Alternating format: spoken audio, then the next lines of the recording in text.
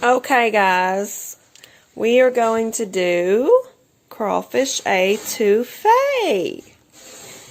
And so this is probably the best I'll be getting here because I don't live in Louisiana anymore, but you can go by like a typical recipe and just, you know, do with it as you will. The roux is the most important part, so I'm going to show you how to do that. So otherwise, just saute your vegetables. And I'm adding mushroom. I don't have bell peppers. I've got onion, carrot, celery, garlic, and I've got rice cooking. And yeah, like I said, the roux is I must go ahead and saute this and then show you how to do the roux, because that is, once you get the roux down, you're good as gold. And this, it uses a lot of butter, so it's a really, really fatty meal. And got my Old Bay, I got my Tony's, you gotta have that.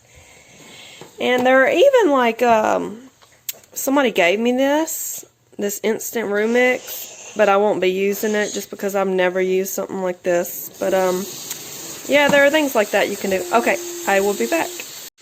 Talk about plant-based. This reminds me of Thanksgiving when you cook a lot of celery and stuff for dressing.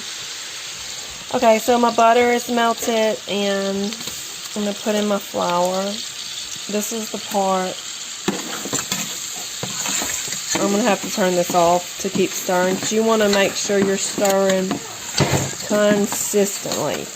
You do not want this part to burn because you will ruin the whole thing. It's 1.5 tablespoons of flour for the butter, for the half a cup of butter or 1 stick of butter. And this is, you have to keep stirring. Make sure, put medium heat, just keep stirring, because this part, if it burns, you can ruin the whole thing. So you've got to keep stirring this until it turns like a peanut butter golden roux color. And then that's when you can add everything else in. Okay, so I'm probably going to turn this off and make sure I can stir this really well.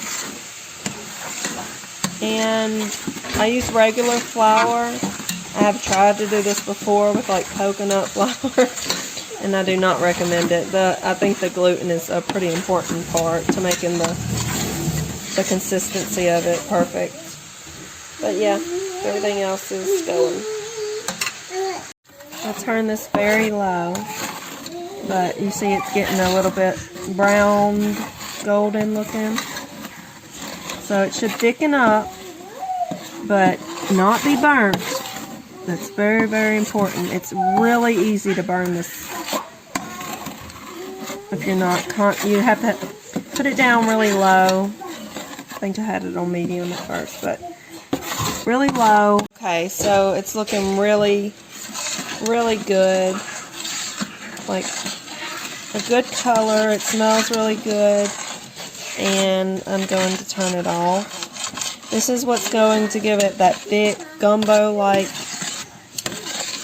consistency, and you can use this to make gumbo as well. So some people even use bacon fat instead of butter, but I like butter because butter just tastes amazing. So yeah, I'm gonna turn this off, and then when this cooks down a lot, I will get back with the crawfish. Oh, and I added Tony's, so that's probably what's making this darker in color too. No, don't eat that. Okay, I added in the vegetables. I didn't add all of them in because I don't know, I seem to like it a lot. And the crawfish, and it actually doesn't seem like I'm adding in a little chicken broth just to give it a little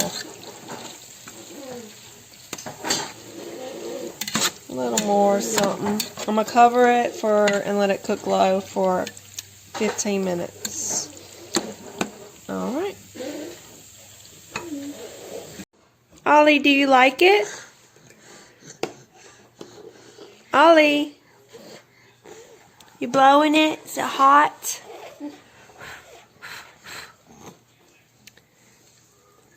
Okay, I don't know about that, but let's see what this one thinks. Do you like it?